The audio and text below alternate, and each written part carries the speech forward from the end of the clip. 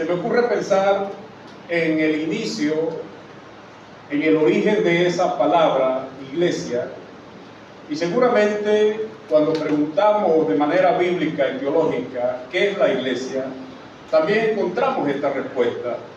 La iglesia es, por definición del término eclesia del griego, es la unión de dos palabras, eclesia, es un prefijo para decir algo que sale, iglesia, para decir llamados o creyentes. Entonces unimos esas dos palabras, eclesia, en el concepto griego, o mejor dicho, la palabra griega, y llegamos a esta definición. La iglesia es los llamados a salir fuera, por el concepto, por el término eclesia, llamados a salir fuera. Pero quiero decirle que con todo lo hermoso que suena eso, y no me desagrada que suene así, eso en términos bíblicos, si tomamos esa palabra eclesia, no tiene en verdad un sentido. La iglesia, sencillamente, cuando nos referimos a la palabra, se refiere a una comunidad. Es más, quiero decirle que esa palabra iglesia no la inventó el Señor Jesucristo. Ya era conocida en su tiempo. Esa palabra iglesia era parte de la cultura griega. Los griegos la manejaban para referirse sencillamente a una comunidad. La comunidad de los pescadores, de los artesanos, de los panaderos, etc. Realmente los griegos se referían a eso en ese sentido, una comunidad. Tiene bastante todavía fijar. Luego Jesús hace una declaración en Mateo, usted lo recuerda, 16-18, y Jesús dice: sobre esta roca levantaré mi iglesia. No era algo nuevo lo que sus discípulos estaban escuchando. Ya dije que ellos conocían la palabra iglesia.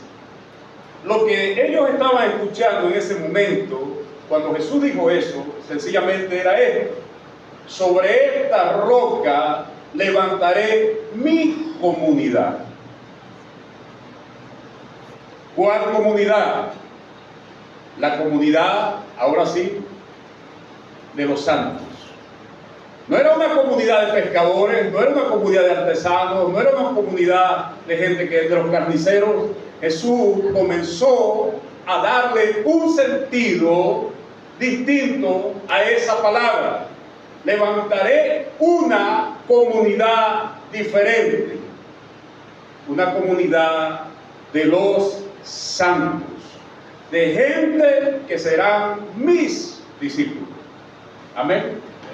En ese sentido, miramos esa palabra. Y allí entonces surge el concepto que manejamos a nivel de teología, la iglesia universal. Es decir, la iglesia del Señor que está en el mundo entero. Por todas partes el evangelio es predicado y nos ha alcanzado también a nosotros en este país. Amén. Así que la iglesia tiene ciertas facetas que necesitamos entender, y una faceta multicultural porque son diferentes culturas. Y no es igual que estemos aquí alabando al Señor, cantando, si estuviéramos en una comunidad cristiana en África. Seguramente la manera en que ellos expresan sus cánticos, su alabanza al Señor, dicta mucho de lo que nosotros consideramos cánticos, alabanza, o la manera de expresar lo que algunos llaman la liturgia, el cántico congregacional. Y pudiéramos decir, bueno, esa gente está fuera de la doctrina. Posiblemente pudieran estar fuera algunos. Necesitamos entender que la iglesia tiene esa faceta multicultural. Dentro de lo que cabe que también que la iglesia también tiene dialectos, tiene lenguaje, tiene idiomas. Algunos dicen que en el cielo se va a hablar el español, gloria a Dios. Ojalá que sea así, porque los que no han aprendido inglés, entonces no tendremos ningún problema, ¿verdad? Pero lo que quiero decir, mis hermanos, que tengamos cuidado en entender lo que bíblicamente es la iglesia. No es solo ese concepto popular de los llamados a salir fuera, es mucho más amplio. Es mucho más amplio y a su vez mucho más cercano. ¿Por qué? Porque cuando usted y yo estuvimos en el mundo, las cosas las hacíamos a nuestra manera, ¿sí o no? Ahora el Señor nos llama y nos coloca dentro del cuerpo de Cristo para ser distintos. Por eso Pedro, cuando en una de sus cartas habla de la iglesia, se refiere a la iglesia como ¿qué? Como una nación santa. Interesante. Y luego también nos dice, en esa primera carta, nos dice Pedro, sean santos porque nuestro Dios es santo. Carácter distintivo de Dios, elevado, como dice Isaías en su libro, cuando escuchó el cántico de los querubines, santo, santo, santo, para que entendamos que el sentido urgente para Dios es que Él tenga un pueblo santo. Amén. Ahora, nos quedamos solo con el concepto de iglesia universal.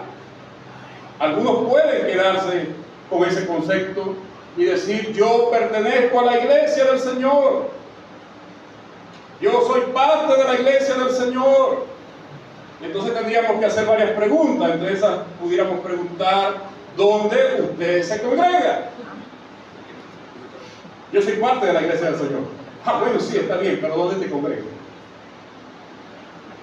¿Quiénes son tus pastores? ¿Quién es tu pastor? Bueno, Jehová es mi pastor y nada me faltará. Pudiéramos rayar en ese sentido, ¿no? Pero aquí viene, es solo el interés del Señor Jesucristo establecer una iglesia universal por todas partes. No habrá dentro de la Escritura forma de entender, otra forma de entender a la iglesia, de manera que nos pudiéramos acercar mucho más a lo que pudiera ser una comunidad cristiana, santa, redimida por la sangre del Señor Jesucristo. Claro que sí. Porque cuando vamos luego a Mateo 18 y entramos en el versículo 15, Jesús comienza a establecer un procedimiento de aquellas personas que eran parte de la comunidad, y luego dice, bueno, si no hay acuerdo entre tú y tu hermano, ve y busca a otro, y hay un procedimiento que se sigue, y finalmente dice el Señor, y si no hay entendimiento y no quiere arrepentirse y no quiere apartarse del mal, del pecado, entonces dilo, ayúdeme, ¿a quién se lo va a decir?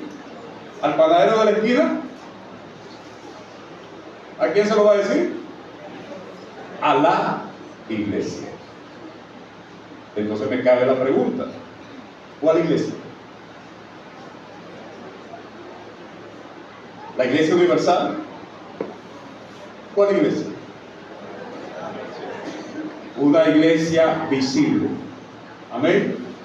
Una comunidad visible, de gente visible, de gente que yo conozco, de gente con la cual me relaciono, de líderes con los cuales yo interactúo.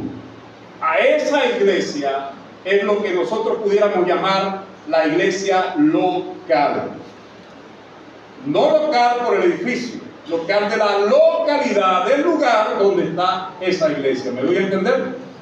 Entonces, cuando hablamos de iglesia local, decimos la iglesia Centro Cristiano Roca de la Eternidad, o CCRE, como dicen algunos en definición más sencilla. A esa iglesia es la que yo le debo respeto, es la que yo le debo responsabilidad, es la que yo le debo ¿qué? Compromiso. Amén. A esa iglesia. Por eso es importante que en estos tiempos la iglesia rescate o los líderes rescaten el concepto de membresía para luego poder tener compromisos, asumir responsabilidades y rendición de cuentas. Amén. ¿Por qué? Porque ya lo dije.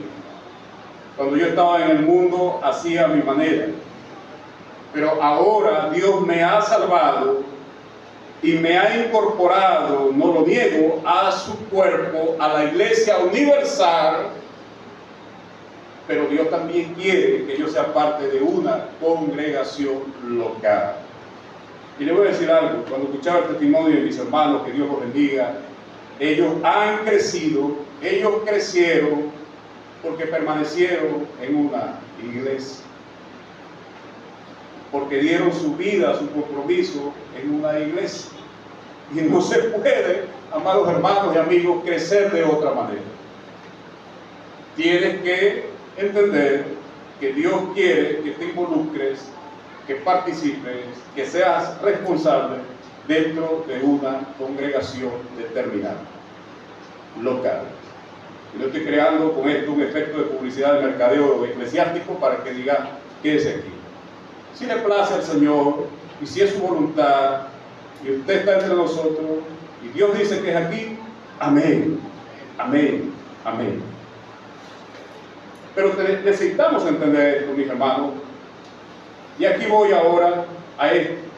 Vaya conmigo a Mateo capítulo 5, donde el Señor inicia lo que se conoce como el Sermón del Monte. El Sermón del Monte. Vamos a mirar un aspecto eclesiástico relacionado, por supuesto, con nosotros.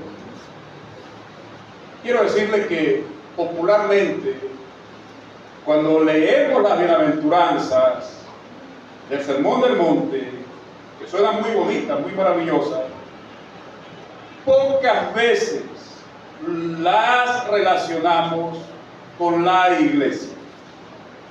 La mayoría de las veces suena de forma general, principios generales, y no está incorrecto. Pero por definición, Jesús le estaba hablando a sus discípulos. Quiero que no olviden que anoche estuvimos tocando los versículos 13, 14 al 16 de este pasaje, donde ilustramos las dos metáforas, figuras, en relación a la iglesia. Una era la sal y la otra era la luz. Por tanto, en el contexto, cuando miras hacia atrás, las bienaventuranzas no están lejos de esos versículos. Es el contexto de esos versículos. Jesús está hablando a lo suyo, Jesús está hablando a su iglesia, a su futura iglesia. Y por supuesto, necesito entender que estos principios se aplican a la iglesia universal, pero también se aplican a cada congregación local. Amén. Vamos a mirarlo entonces. Viendo la multitud, capítulo 5, subió al monte y sentándose, vinieron a él sus discípulos. Sus discípulos. La enseñanza era para la multitud, pero en el corazón del Señor, Él estaba apuntando a sus discípulos, a su iglesia. Número 1. Bienaventurados, versículo 3, los pobres en espíritu, porque de ellos es el reino de los cielos. Una característica de los hijos de Dios, de los miembros de una iglesia, una característica es un carácter humilde. ¿Cuánto levanta la mano y dice, yo estoy allí? No lo diga.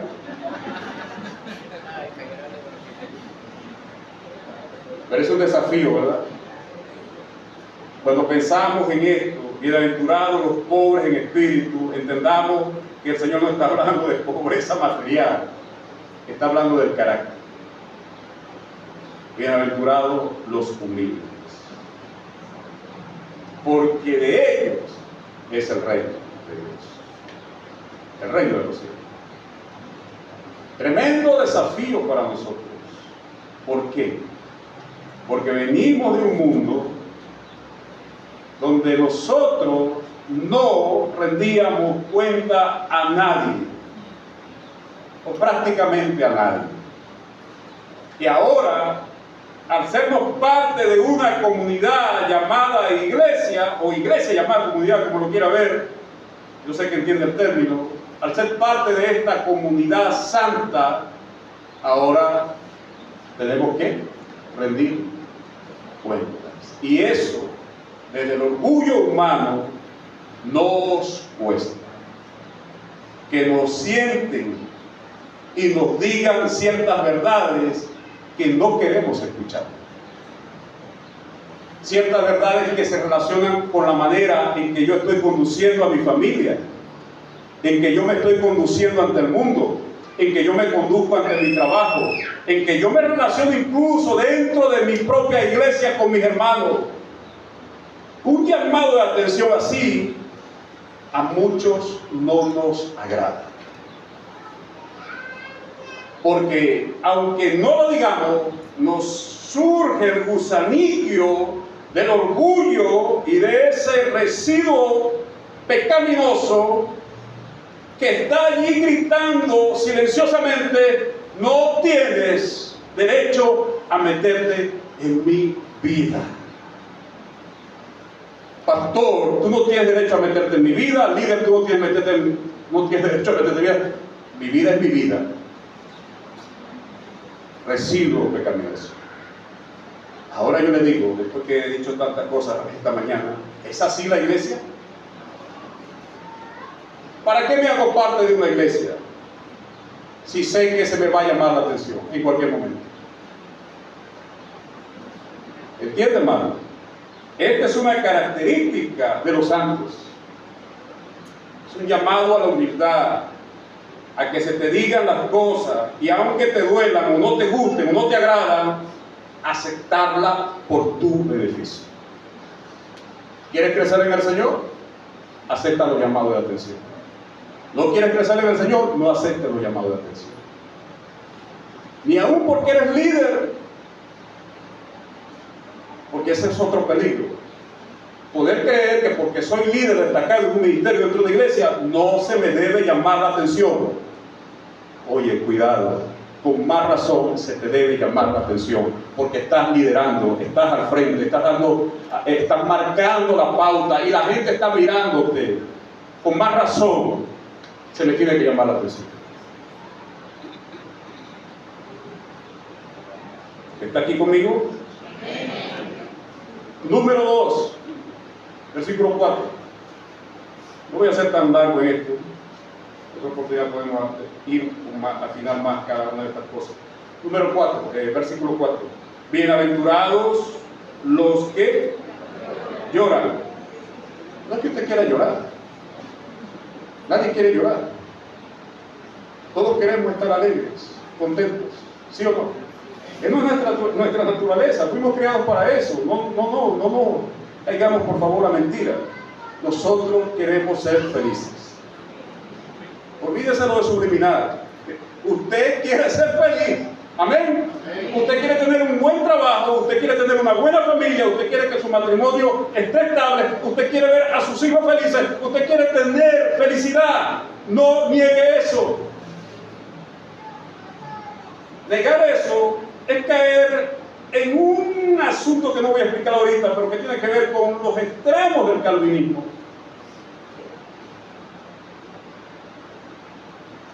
Pero aquí viene esto. ¿Cuál es la actitud de los hijos de Dios cuando tienen que enfrentar el sufrimiento? Primero tienen que llorar y no negar el dolor, ¿sí o no? veces me encuentro con hermanos muy queridos. ¿Cómo estás, mi hermano? En victoria.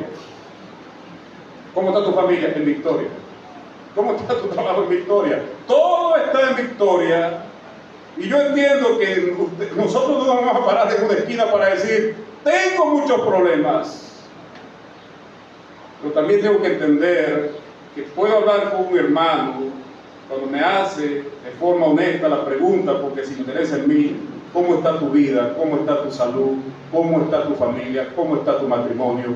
Y tengo que tener, ya dije, la humildad de poder decir, hermano, las cosas no están bien. Y llorar. Porque los que lloran son los que van a recibir consolación. ¿Estoy yo inventando esto, hermano? No. Jesús lo dijo de claro: bienaventurados los que lloran, porque ellos recibirán consolación. ¿Quiere usted privar ese llanto internamente? ¿Quiere usted no llorar? Usted no va a recibir consolación. ¿Lo entendió? Lógica del Señor. Si lloras, recibirás consolación. Pero llore como aquellos que tienen esperanza en el Señor. Eso es otra cosa. Pero nosotros, los cristianos, tenemos que entender que vamos a lidiar con el sufrimiento. Esa es una teología que se ha perdido en la iglesia. Nadie quiere hablar del sufrimiento. Por supuesto, no queremos sufrimiento. Yo no quiero sufrimiento, usted no quiere sufrimiento. Es cierto. Todos queremos la teología de la prosperidad, la teología de la bendición. Amén.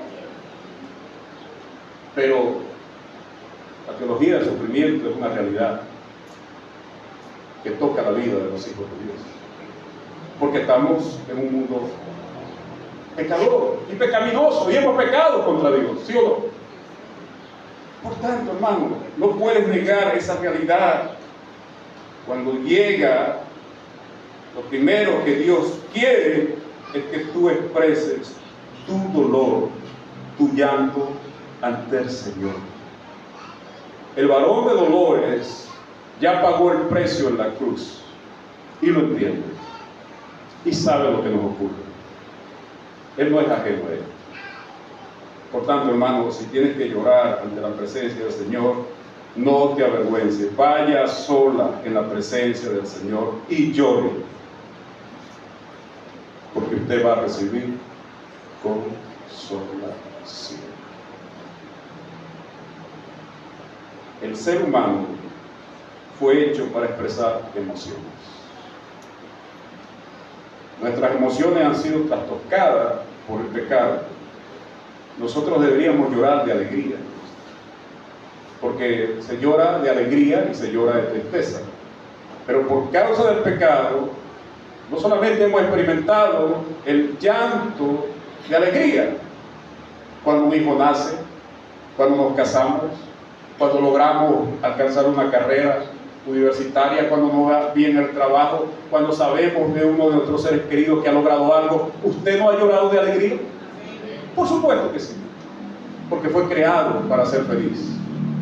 Pero cuando llega la tristeza, ¿qué tienes que hacer? Llorar. Expresar tu dolor ante Dios. ¿Lo entiende Dios? Por supuesto. Y aquí cabe algo también para la iglesia. Lloramos con los que lloran y reímos con los que ríen. Es así la vida cristiana. Y esto no es masoquismo extremo, porque significa esto: si un hermano llora, llora con él.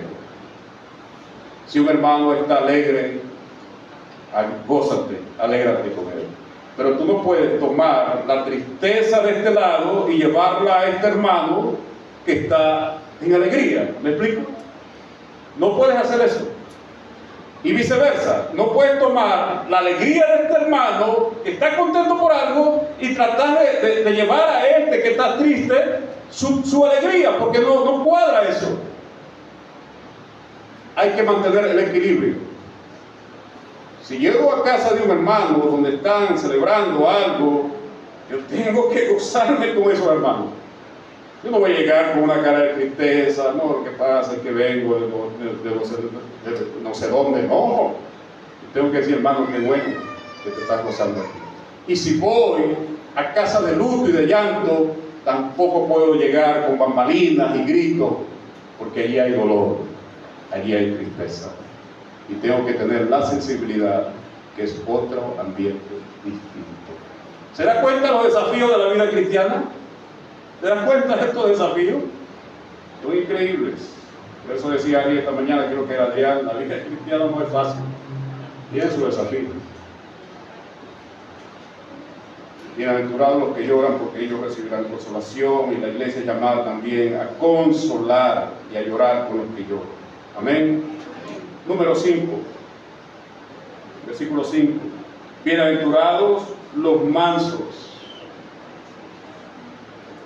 Disculpe, no dice los mensos, dice los mansos. Porque ellos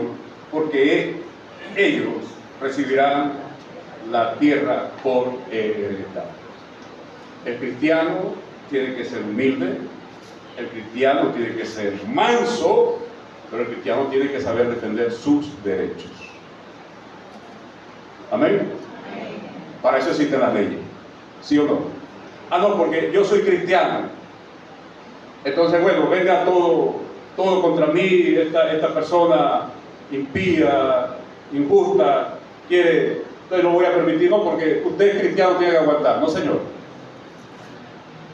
No, eso sería injusticia. Y Dios no es un Dios de injusticia. Usted tiene que defender sus derechos dentro de los límites que Dios ha establecido, ciertamente. Mucho cuidado con eso. Jesús defendió sus derechos, y aún cuando le golpearon, le dijo al que lo golpeaba: ¿por qué tú me golpeas en la cara si te estoy diciendo la verdad? Número 6. Bienaventurados los que tienen hambre y sed de justicia, porque ellos serán saciados. Hermano, tienes un problema, pídele al Señor que te haga justicia. Una cosa es que yo defienda mis derechos, otra cosa es que yo me haga justicia de mi propia mano. La justicia está en las manos del Señor. Amén. Él es el juez justo. Entonces, entrego esa situación en las manos del Señor. Mira, hermano, aquí ocurrió hace tiempo, en esta sede, una cosa que venía ocurriendo. Y estamos aquí arriba. Estábamos en la parte de abajo. Y entonces yo había mandado a echar las cosas estas aquí arriba, las vigas, y no teníamos el techo. Entonces algunas veces hacía reunión aquí, algunos líderes, y una vez hicimos un evento y mandé a colocar luces, porque era de noche, todo el cuadro de luces para que hubiera iluminación. ¿Y sabe qué ocurrió? Se robaron eso. Lo llevaron. Y bueno, gloria a Dios, se lo llevaron. Está bien, pasó la cosa. Segunda vez, otro evento, mandé a colocar luces, no sé qué y tal. Incluso había un ventilador aquí que habíamos dejado, se nos ocurrió no bajarlo. También los amigos de los ajenos lo desaparecieron. Entonces dije, no, ya va, un momentito. Ya va. Segunda vez, convoqué a los líderes, le dije, suban.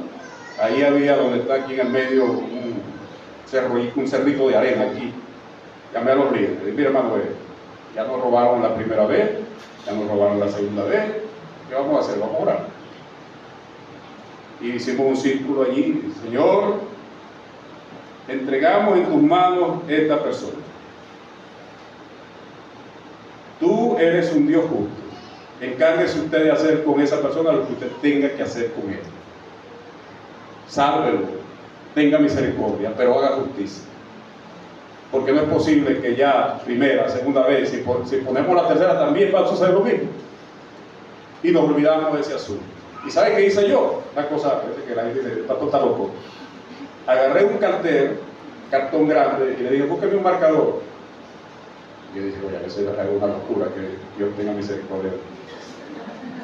Agarré ese cartón y coloqué bien grande en ese cartón, el amigo de lo ajeno, o no recuerdo, algo así, el amigo del ajeno le vamos a agradecer que no se siga metiendo aquí. Esta es una iglesia, hemos orado por usted, Dios tenga misericordia de usted. Y agarré ese cartón y lo metí en el medio, ¡ra! Me olvidé del asunto. Pasaron los años. Un hermano, en una reunión de líderes, me dice: pastor, ¿sabe que aquella vez cuando ocurrió aquella cosa? Estaba yo, él escuchó una conversación de alguien que estaba por allí, un amigo de lo ajeno, y él le comentaba a esa persona a otro: no, yo no me meto más en una iglesia evangélica. La última vez que me metí en una iglesia evangélica fue esa que está allí en la avenida 2. Andaba con unas muletas, no tirotearon. Nosotros no decíamos eso, quiero que me entiendan. Nosotros no pedimos eso. Nosotros le dijimos al Señor: haznos justicia. Y Dios se encargó de hacer justicia. Bienaventurados los que tienen hambre y sed de justicia, porque ellos serán saciados. Tiene un problema, póngaselo al Señor, déjelo, entréguelo en sus manos. Cada vez que un hermano viene a decirle: pastor, tengo un problema con su fulano, sultano, entrégale eso al Señor en sus manos y que Dios sea el que haga justicia. Si usted no está pecando, si usted no está cometiendo nada, si no es su problema, si el problema no viene de usted, pídale a Dios que haga justicia. 3 cosas le digo yo a los hermanos cuando vienen a contarme ese tipo de problemas. 1, ora un buen tiempo para que esa persona se convierta. Dedícate primero y sé honesto que vas a orar por eso. Ok. Segundo paso, ya oraste suficiente, varias semanas, meses, no ocurre nada, no hay diferencia. 2, ora para que el mal de esa persona que quiere venir contra ti, Dios lo restrinja, Dios lo anule, Dios lo confunda y su mal no te alcance. Pero si ya agotaste esos 2 pasos, y quiero que me seas honesto, porque a veces la gente dice: sí, pero ten cuidado, no salte los pasos. Si ya agotaste esos 2 pasos y no estás viendo resultados. 3, este es un paso delicado, tienes que asegurarte de haber hecho los 2 pasos anteriores. Ora que Dios te haga justicia. Amén. Pero no salte los pasos, por favor. 7, una característica de la iglesia es la práctica de la misericordia. ¿Por qué? Porque, hermano, tú también alcanzarás misericordia. Muestra misericordia hacia tus hermanos, muestra misericordia hacia otros, y eso no tiene nada que ver con lo anterior, porque Dios también premiará tu misericordia. Amén. Si puedes hacer un bien a alguien, ¿por qué te vas a negar a hacerlo? 8, bienaventurados los de limpio corazón, porque ellos verán a Dios. Y esta expresión, limpio corazón, del verso 8, pregunto: ¿con qué parte del carácter de Dios tiene que ver esto? Con la santidad. Sin santidad, nadie, pero nadie verá al Señor. ¿Sí o no? Así que asegúrate que como cristiano, como parte de una iglesia, estés reflejando santidad en tus acciones y en tu forma de pensar. 9, bienaventurados los pacificadores, porque ellos serán llamados hijos de Dios. Qué interesante. Para los que practican la santidad, se dice: verán a Dios. Y para los que son pacificadores, serán llamados hijos de Dios. Una vez les hablé de la loma del conflicto, ¿recuerdan? La loma del conflicto es una loma.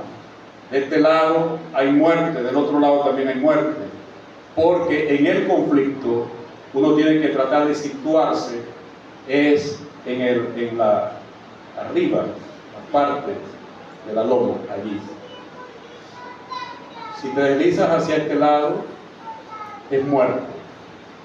Son aquellos que dicen, yo no quiero tener problemas. Pero por decir que no quieres tener problemas, ¿se va a ir el problema? El problema sigue ahí. El problema sigue ahí.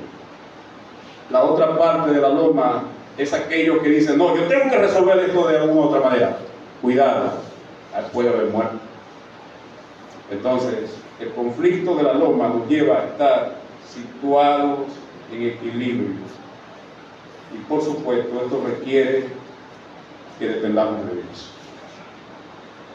Un hombre puede hacer mucho en un momento determinado cuando no explota en ira y guarda silencio. No que todo el tiempo es llamado a no hablar, pero ese momento de silencio puede salvar una relación, puede salvar un matrimonio, puede salvar un testimonio, porque mira, hermano, después que la ira sale, ay, hermano, usted no va a decir, yo voy a dar una dosis de ira. No, saca esa ira. Y entonces a veces después cuando te sientas o la persona se sienta y dice, ¿qué hice? Por eso la Biblia llama bienaventurados a los pacificadores, y los cristianos, los miembros de una iglesia, tienen este desafío. Somos llamados a establecer la paz dentro de la congregación. No podemos, hermano, si un hermano está echándole fuego al asunto, usted va a decir, yo voy a ayudar y colocarle ahí unos litros de gasolina. Toma, no puedes hacer eso. Sino va bien ayudarnos a que ese fuego se apague. Pero si nosotros somos los que estamos contribuyendo a darle más cosas al asunto, no somos entonces pacificadores, somos encendedores. Y con esto termino. Bienaventurados los que padecen, verso 10, persecución por causa de la justicia. Nótese bien lo que está diciendo el Señor, no por causa de la injusticia. Padezca por causa del Evangelio. Amén. No por meterse en problemas ajenos, porque de ellos es el reino de los cielos. Ahora, cerrando desde el verso 3 al verso 10, nos queda esto, en el verso 11. Bienaventurado soy cuando por mi causa los vitupereen, los persigan y digan toda clase de mal contra ustedes, mintiendo. Bienaventurado. No que estén diciendo la verdad, sino que estén acusándolo falsamente. He aquí el desafío de los cristianos, de los miembros de una iglesia, a vivir de tal manera que traigan gloria al Señor. Amén. Esta es la recompensa. Versículo 12, cierto. Gócense y alégrense. Hermano, si tomas en cuenta estos principios, ¿qué se te dice? Gózate y alégrate, porque es grande tu premio en los cielos. Porque así persiguieron a los profetas antes que a nosotros, antes que a ellos o a nosotros. Son desafíos para la iglesia de hoy, para nuestra iglesia, que nos acercamos a la cuenta de los 50 años. Gloria a Dios. Ya pasamos 40. Alguien dijo una vez que un hombre, cuando llega a los 40 años. No sé si una mujer cuando llega a los 40, no sé. Pero nótese, son 48 años. Significa que muchas aguas han corrido debajo del puente. Pero significa también que esta iglesia está a punto de alcanzar la línea de los 50 años. Por tanto, seguramente, como ya el Señor sabe que es una iglesia madura en el tiempo, no es una iglesia niña de 10 años, no es una iglesia adolescente de 15 años, no es una iglesia joven de 20 años, es una iglesia adulta. Que el Señor pudiera enviarnos más desafíos a la iglesia. Y tenemos que tener la madurez de aceptarlos, procesarlos y seguir adelante. Amén. Oremos así. Padre, gracias por estos años de vida